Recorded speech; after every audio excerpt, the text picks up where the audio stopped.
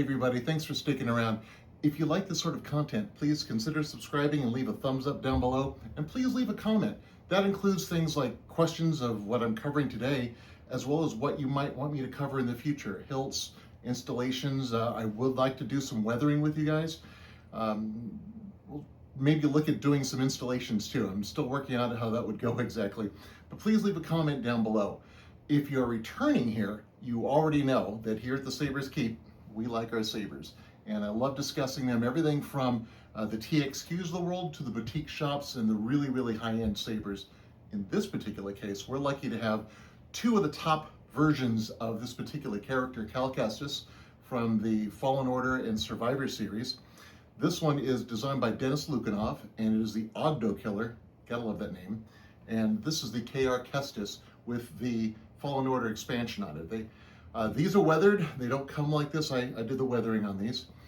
But we're going to, they're both basically the same hilt. So probably the best thing to do is to go ahead and get on top. Let's go do that now. Okay, let's get into it. So here we have the Ogdo Killer, and this is the KR.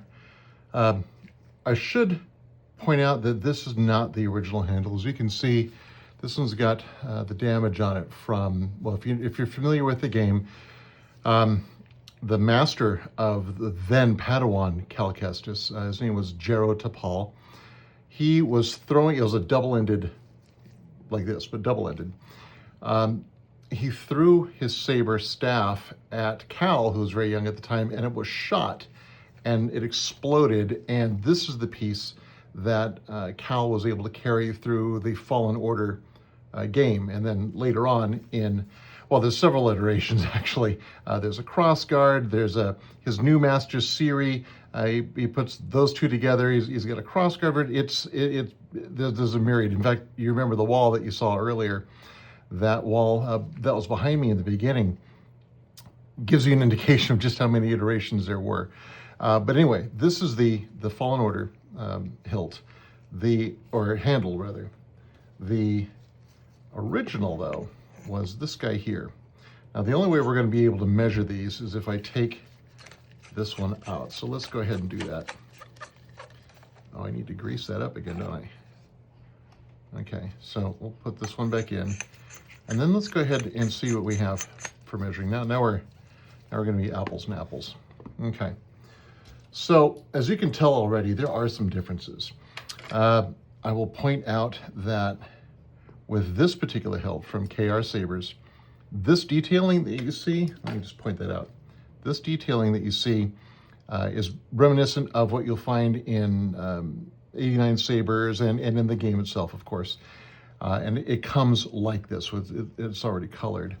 The Ogdo Killer, on the other hand, has the same little detail piece, but it's left up to the end user to cut. So I had to use a very fine, a 1mm tip acrylic pen, which I would strongly recommend, by the way. If you're going to do any sort of work on chassis, any sort of weathering and so on, I don't believe in painting so much for weathering, but these little details and so on really add a lot to the hilt. So using a 1mm acrylic pen, I was able to paint those two very small lines. Let's see, can the camera get that here? Yeah, see, it's really small. Anyway, so these you need to glue on or double-sided adhesive tape on, which is the one that I did, because you do want to be able to pull this off periodically. So anyway, the other details are, or the other differences are, the Ogdo Killer, the black lines that are in here are present here, but they are not present here. I know that they are right now, but that's because I painted them in. Just taking some acrylic paint, painting it over, and then just letting it set for a moment, and then carefully wiping off the excess so that it has the same black lines. Why did I do that? Because honestly, in the game, there is. Now, I'll be showing you some pictures here, probably coming up right now on some pictures. You can tell in the game that these black lines are there. Now, there are some cutaway scenes where it's not so cut and dry, but clearly in this picture, you can tell that the lines are here. So in that particular instance, Ogdo Killer was more, or is rather more accurate to the game than the Cal Kestis or than the KR version was. Couple other differences. The squares here, both in terms of the size of the square, these are a tiny bit smaller in diameter, or not diameter, but in measurement, each square. I mean, obviously we're talking about millimeters, but these are a little bit bigger than these. These are also a little bit more rectangular, where these are more square, and these stick up a little bit more. So when you're holding it, actually the grip is really good in here, but it honestly, it does get a little bit tiring. This is a little bit smoother to hold. Honestly, we're nitpicking, but that's kind of what we're doing here today. There's another difference here too. I don't know if you can tell without me pointing it out specifically, but the clocking is off here. I need to fix that. If we put these up next to each other, there is a difference between these two of about, I mean, they're already moving around, so it's not going to be that much, but they appear to be about 0.7925 inches in difference between the two. I mean, that's a little over 3/4 of an inch. That's significant. And then let's do the circumference here. Okay, the Kestis is 1.3975 inches, whereas the Ogdo Killer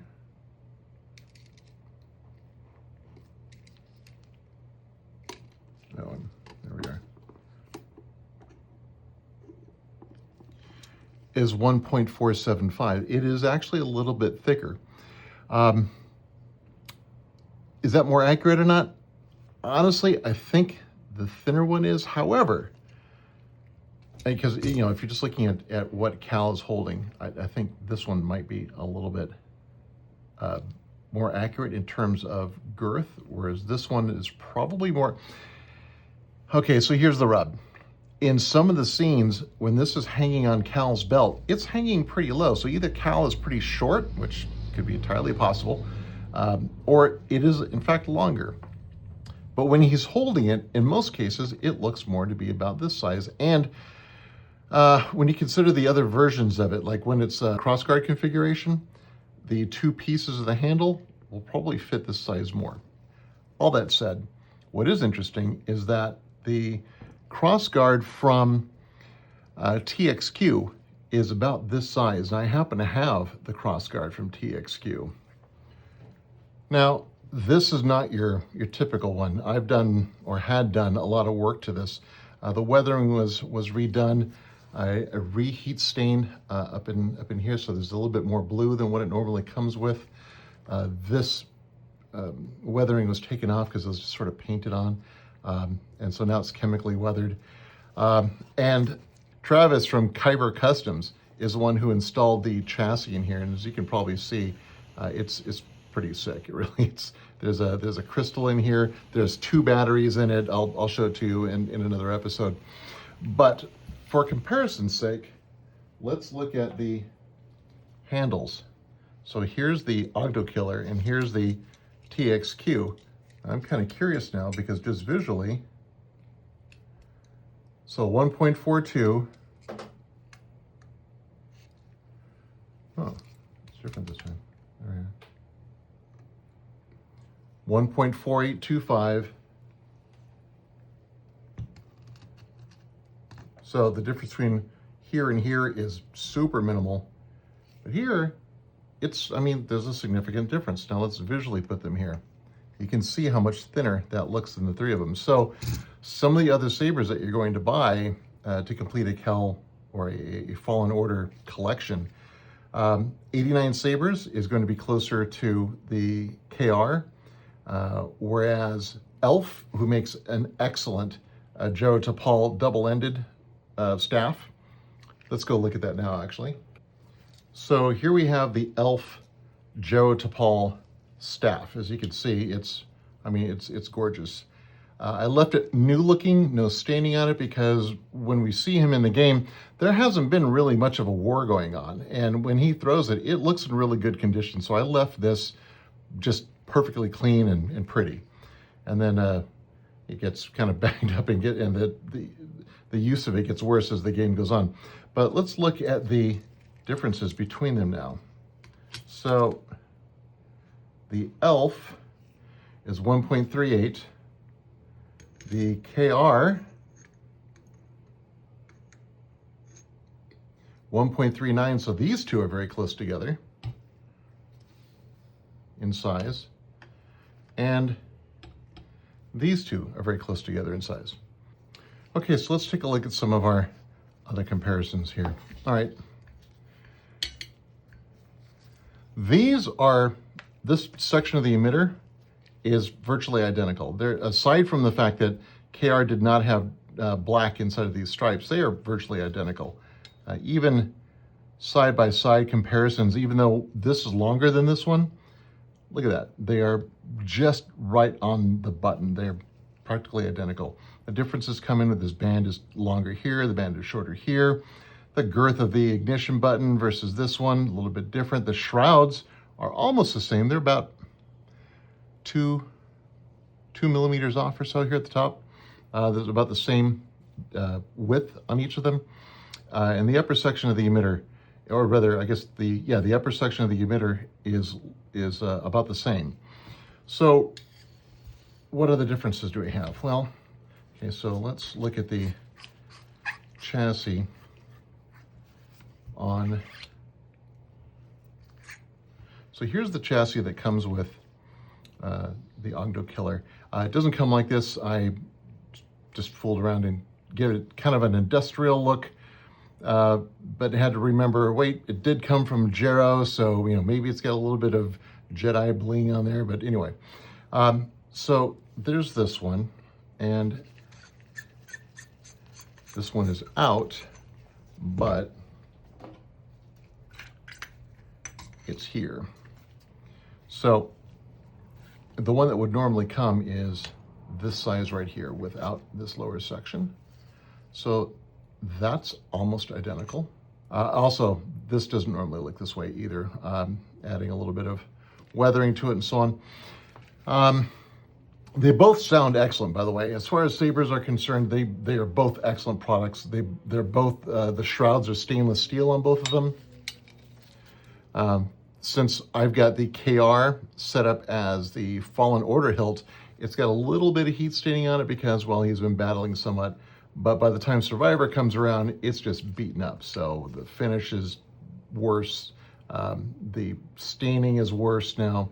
So, but as far as the quality of the hilts themselves go, they're both excellent. I mean, the upper sections are almost identical. They're both high quality. They both respond well. They both are single button Profi, or whatever board you're going to put in there. These happen to be Profi, both of them 3.9, and they both respond the same. Anyway, the handles are both high quality, as both of the sabers are, but there are those differences. And if I had to pick between the two, I honestly don't know. I will say this though: the Fallen Order portion of the expansion pack for the KR, in my opinion, is superior to the one that comes with the Ogdo Killer. Now, they don't come looking like this. This is smooth. This is just black plastic. Using acrylic pens and paint, I gave that a metallic look, keeping all the wiring copper because I think maybe in that galaxy, it just feels like they would be copper more, some gold highlighting here and so on. A little Dremel on here, and this is actual pigmenting for rust that you kind of seal into place. This is more detailed than the one that comes with the Ogdo Killer. This is the one by KR. It is, in my opinion, more detailed, allows you to play with it more. Either one of them you can heat, as I did here, bend these out following the posters to make sure that it's pulling along in the right spots, that the claw marks or the blast marks are where they're supposed to be. But in the end, I think this one looks more detailed and more realistic. This allows you to clock it. I cannot say whether the Ogdo Killers allows you to clock it. What I mean by that, when you're displaying it, let's say it's like this. Do you want this side of it showing, or do you want maybe that side of it showing? Do you want this little square guy showing? Do you want this longer one here showing? There are 3 set screws somewhere. There we are. I don't know if you can see them in here, but there's one here, one here, and one here. Tiny, tiny set screws. You have to kind of get them through these holes here. And that allows you to turn this threaded portion to where you want to set it, so that when it's snug, it sits right where you want it to. And then I would suggest maybe a little bit of blue Loctite, not red, but maybe a little bit of blue Loctite, so so it maintains its position. But that's a really interesting feature. I do not know if Ogdo Killer allows you to do the same, but see, because it sits like this for me, and I like this section of the detail, and it looks more like the poster this way. So I will say that the Fallen Order, if you want to do the Fallen Order hilt, the Fallen Order hilt is closer to the accuracy of the game Fallen Order, and the handle for the Ogdo Killer for Survivor is probably closer to the way it really is in the game, which is why I went with that particular configuration. I think this one is superior. This one, definitely superior, at least in my opinion. So, and one of the other things that you can do that's pretty cool with... We ran into some trouble on our last job. Okay, so when you, I don't know if you could tell here, but there's, okay, so it's flickering, this little crystals down here, which actually is right down there inside. See how great that is? When you let it off, this gets hotter, like, see how it's turning red now? Like it's a furnace or something inside. I thought that was just really cool. Now see what's happening here? It's like it's sparking inside. Can you see that? Like sparking going on in there. I just think that that is pretty awesome. So when you light it up, and it's pretty loud,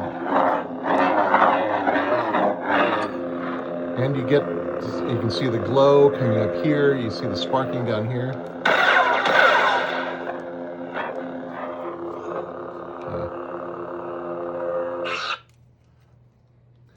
I think that that's superior. And interestingly, when you put it together, look what happens. I know I'm missing the chassis, but look what happens. When you put them together now they look a very similar length.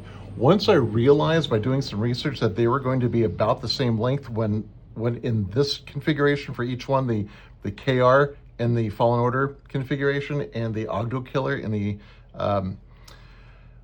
Survivor configuration, that's what connected me to like, oh, that's what I want to do. So my recommendation would be, if you're going to have both, and come on, you got to have both. The takeaway from this is, if you're only going to have one, if you want it to be the Fallen Order, KR is the way to go. If you're only going to have one and you want it to be in Survivor, Ogdo Killer is the way to go. They both have the other version of that, but as we've already discussed, I think in this particular configuration is when each of them shines the most. Now, I'm sure some of you are going to ask, and you could probably already see it glowing here.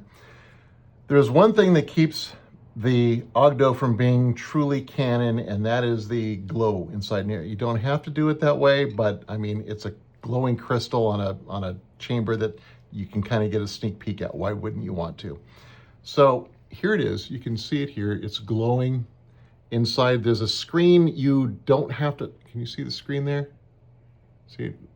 You don't have to put that screen in, but if you don't, it's pretty bright and like overly on the nose. That's a real crystal in there. I don't know if you can see the occlusions in it for the cloudiness. By the way, here's a pro tip for you. The milkiness and the cracks that are in the granite, in the quartz points that are used for crystals, if it's milky and cracked, you get more refraction of light, so it glows more. Otherwise, it just kind of goes through and you don't really get that glow in there. But anyway, so when you ignite it, also loud. You can see that's just really cool.